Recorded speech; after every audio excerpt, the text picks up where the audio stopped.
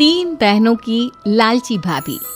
करिश्मा, रेशमा और मनीषा तीन बहनें हैं। उनका एक भाई भी है, मयंक। मयंक अपनी बहनों को बहुत प्यार करता है, लेकिन मयंक की पत्नी सविता इस मामले में मयंक से बिल्कुल ही अलग है। वो अपनी ननदों का जितना बुरा कर सकती है उतना बुरा करती ही रहती है और अपनी ननदों पर हुक्म भी चलाती है। करिश्मा, करिश्मा, तुमने अभी तक नाश्ता नहीं बनाया? तुम्हारे भैया को ऑफिस जाने में देर हो रही है। हाँ भाभी, बस अभी बनाती हूँ। करिश्मा, तुम ये ढीलापन छोड़ दो। कल को पराये घर जाना है। वहाँ अगर तुम इस तरह से काम करोगी तो लोग क्या कहेंगे कि माँ ने और भाभी ने कुछ सिखाया नहीं। और तुम्हारी दोनों बहनें कहाँ हैं? रेशमा मार्केट गई है और मनीषा सो रही है। क्या? सुबह के 8 बज रहे हैं और ये महारानी अभी भी सो रही है? ये कहते हुए सविता अपनी सास दुर्गा देवी के पास जाती है। माँ जी, देख रही हो अपनी बेटियों के तौर तरीके? क्या हुआ बहू, सुबह सुबह क्या कर दिया मेरी बेटियों ने? अरे एक तो अभी अभी उठकर किचन में गई है, दूसरी सुबह सुबह बाहर चली गई और तीसरी अभी तक सो रही है। क्या करूं मैं इन तीनों का, मैं तो परेशान हो गई हूँ। जा जाकर उठा उसे और रेशमा से मैं बात करती हूँ। सविता सीधा मनीषा के कमरे में जाती है और उससे कहती है, महारानी जल्दी उठो, सूरज सर पर आ गया है। भाभी थोड़ी देर और सोने दो ना, मैं रात को लेट सोई थी। वो क्या ना यूनिट टेस्ट चल रहे हैं। शराफत से उठती है या नहीं, या फिर पानी की भरी बाल्टी डालूं तेरे ऊपर? नहीं भाभी, मुझे बिस्तर में नहीं नहाना, उठती हूँ मैं। मनीषा जल्दी से उठकर बाथरूम में चली जाती है। सभी आराम से बैठकर नाश्ता कर रहे होते कि तभी रेशमा बाजार से हाथ में सामान लिए आ जाती है। रेशमा को देखते ही सविता उस पर बरस पड़ती है। लो, आ गई महारानी। ऐसा भी क्या सामान लाना था जो सुबह आंख मलते ही बाजार की तरफ रवाना हो गई? भाभी, कल आप ही तो चीख रही थी कि घर का सारा सामान मुझे ही लाना पड़ता है, घर में किसी को भी किसी काम से कोई लेना देना नहीं है। अब मैं बाजार जाकर सामान ले आई तो आपको इस बात से भी तकलीफ हो रही है? देख रही हो माँ जी, अपनी बेटी की जुबान कैंची से भी तेज चलती है। और मयंक, आप तो कुछ कहेंगे नहीं अपनी लाडली बहन को? रेशमा, अपनी भाभी से ऐसे बात नहीं करते। चलो माफी मांगो। भैया, मैं क्यों माफी मांगू? आप भाभी से बोलिए ना कि हम पर कम हुक्म चलाया करे। हम इस घर की बेटियां हैं और आपकी पत्नी की ननद है, नौकरानी नहीं। लो कर लो बात। इनकी भलाई के लिए कुछ भी बोलो तो इन्हें बुरा लग जाता है। इस घर में यही इज्जत है मेरी। देख लो माँ जी, आपकी बेटी किस लहजे में मुझसे बात कर रही है। सविता वहाँ से चली जाती है।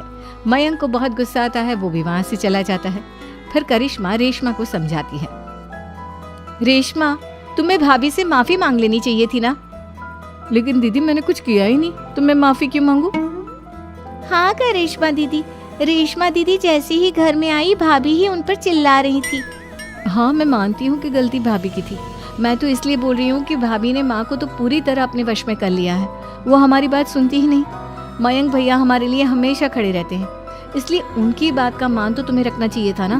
कोई फायदा नहीं दीदी, कुछ दिनों की बात और है, भाभी उन्हें भी हमारे खिलाफ भड़का देंगी। फिर वो भी माँ की तरह हमारी किसी बात का विश्वास नहीं करेंगे। इसी तरह सविता अपनी तीनों ननदों को किसी न किसी बात पर परेशान करती रहती थी। एक दिन मयंक अपनी तीनों बहनों के लिए गिफ्ट लाया। करिश्मा, ये तुम्हारे लिए हार का सेट। रेशमा, तुम्हारे लिए सुंदर सी ड्रेस। और मनीषा, तुम्हें किताबें पसंद है ना, तुम्हारे लिए किताबें लाया हूँ। थैंक यू भैया। थैंक यू भैया। थैंक यू भैया। करिश्मा, तुम्हारा नेकलेस कितना सुंदर है। ये भैया कहाँ से ले आए होंगे? मैंने भैया को 3 दिन पहले फोन पर ये डिजाइन दिखाया था और आज भैया ये ले आए। सविता तो अपनी ननदों के गिफ्ट्स देखकर जल गई और करिश्मा का नेकलेस तो उसे भी बहुत पसंद आया था। अपनी बहनों के लिए कितना अच्छा नेकलेस लेकर आए हैं, मुझे कभी कोई गिफ्ट नहीं दिया। मैं आज ही ये हार चुरा लूंगी। रात में सविता करिश्मा का हार चुरा लेती है और इसी तरह उसे अपनी ननदों की जो भी चीज अच्छी लगती वो उसे मांगती नहीं, बल्कि रात के अंधेरे में चुरा लेती। इसी तरह दिन बीतते गए और सविता ने मयंक के दिल में भी उसकी बहनों के लिए नफरत पैदा कर दी। एक दिन मयंक ने करिश्मा और रेशमा के लिए रिश्ता देखा और ये बात उसने घर में सबको बताई। माँ, करिश्मा और रेशमा के लिए बहुत अच्छा रिश्ता आया है। वो लोग कल इन्हें देखने आ रहे हैं। आप और सविता मिलकर सारी तैयारी कर लेना। ये सुनकर करिश्मा और रेशमा खुश हो जाती हैं, लेकिन सविता सोचती है, अगर इन दोनों बहनों की शादी हो गई तो घर और बाहर का काम कौन करेगा?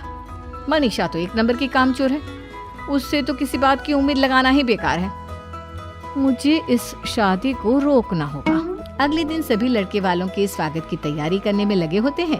तभी मयंक अपनी बहनों से आकर कहता है, तैयार हो गई तुम दोनों? देखो दोनों लड़के बहुत अच्छे हैं, मैं कोई कसर नहीं छोड़ना चाहता, इसलिए तुम उनके सामने अच्छे से बिहेव करना और अपनी भाभी से लड़ने मत लग जाना। करिश्मा, तुम वो नेकलेस पहन लो ना जो मैं तुम्हारे लिए लाया था। भैया मैं बहुत देर से वो नेकलेस ढूंढ रही हूँ, लेकिन मुझे मिल ही नहीं रहा। क्या तुमने नेकलेस खो दिया? तुम्हें पता भी है वो कितना महंगा था? तुम कोई काम ढंग से नहीं कर सकती। मयंक गुस्से में वहां से चला जाता है। थोड़ी देर बाद लड़के वाले भी आ जाते हैं। वो दोनों बहनों को पसंद कर लेते हैं और रिश्ता पक्का हो जाता है।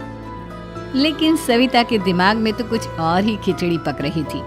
वो पंडित जी के पास करिश्मा की कुंडली लेकर जाती है और उन्हें पैसे देकर करिश्मा की कुंडली बदलवा देती है। जब लड़के वालों के पास करिश्मा की कुंडली जाती है तो वो दुर्गा को फोन करते हैं।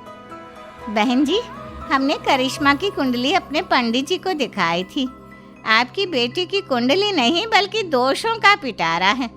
देखिए, मैं और मेरे पति इन सब बातों में बहुत विश्वास करते हैं, इसलिए हम आपकी बेटी से अपने बेटे की शादी नहीं करा सकते। इस तरह करिश्मा का रिश्ता टूट जाता है और सभी घर वालों को बहुत दुख होता है। अब कविता सोचती है, चलो करिश्मा का तो रिश्ता टूट गया, अब रेशमा का भी रिश्ता तोड़ना है। क्या करूं? अब सविता आवाज बदलकर किसी अननोन नंबर से रेशमा के होने वाले ससुराल में फोन करती है। हेलो, मैं कौन हूँ कौन नहीं ये आपके लिए जानना जरूरी नहीं। बस इतना सुन लो कि रेशमा का 2 साल से किसी के साथ अफेयर चल रहा है। बस रेशमा का रिश्ता तोड़वाने के लिए सविता का इतना कहना काफी था। अब रेशमा का भी रिश्ता टूट गया। मयंक और दुर्गा देवी ने रेशमा को खूब खरी खोटी सुनाई और उससे बार बार उस लड़के के बारे में पूछने लगे। आप दोनों मुझे क्यों परेशान कर रहे हो? अरे कोई लड़का होगा मेरी लाइफ में तो मैं बताऊंगी ना, जब कोई है ही नहीं तो कहाँ से लाऊं मैं कोई लड़का? तो तेरे होने वाले ससुराल वालों को फोन किसने किया था? माँ मैं नहीं जानती किसने फोन किया था, मैं सच कह रही हूँ। मैं तो पहले ही कह रही थी इसकी लगाम खींच कर रखो, लेकिन मेरी सुनता ही कौन है। आप चुप रहिए भाभी, ये सब आपका ही किया धरा है। अब तीनों बहनों को विश्वास हो जाता है कि ये सब उनकी भाभी ही कर रही है। तीनों बहनें अपनी भाभी को सबक सिखाने के लिए एक वकील कर लेती है और घर में हिस्सा मांगना। देखो भैया, माँ बाप की जायदाद में जितना बेटों का हक होता है उतना ही बेटियों का, इसलिए इस घर के 4 हिस्से होंगे और हमें अपना हिस्सा चाहिए। मैंने तुम्हारे लिए क्या क्या नहीं किया और तुम इस घर में हिस्सा मांग रही हो? भैया, आप और माँ हम बहनों की कोई बात नहीं सुनते हो और भाभी हमारी शादी नहीं होने देगी क्योंकि उन्हें लगता है कि आप हमारी शादी में ज्यादा पैसा लगाओगे और उन्हें हम जैसी फ्री की नौकरानी कहाँ मिलेगी। तो हम भाभी के साथ तो रह नहीं सकते, हम बहनों को अपना हिस्सा चाहिए। अरे तुम्हें शर्म आनी चाहिए अपने भाभी पर ऐसा इल्जाम लगाते हुए। वो तुम्हारे बारे में कितना सोचती है। हाँ माँ, भाभी हमारे बारे में बहुत सोचती है, दिन रात बस यही सोचती रहती है कि किस तरह से अपनी तीनों ननदों को परेशान करूं और कभी मुझे पढ़ने भी नहीं देती। दोनों बहनों का रिश्ता भी तो इन्होंने ही तोड़वाया है और रात में हमारे कमरे में आकर हमारी चीजें भी चुराती हैं। इसी तरह सविता की तीनों ननदें अपनी बात पर अड़ी रही। अब कोर्ट में तारीख भी शुरू हो गई। जब सविता को लगा कि उसकी तीनों ननद इतनी आसानी से नहीं मानने वाली, तो उसने अपने पति और सास को सारी सच्चाई बता दी और अपनी तीनों ननद से माफी मांगी। मयंक और दुर्गा को भी अपनी गलती का एहसास हो गया। अब सविता खुद करिश्मा और रेशमा के लिए अच्छा रिश्ता ढूंढती है और उनकी शादी करवा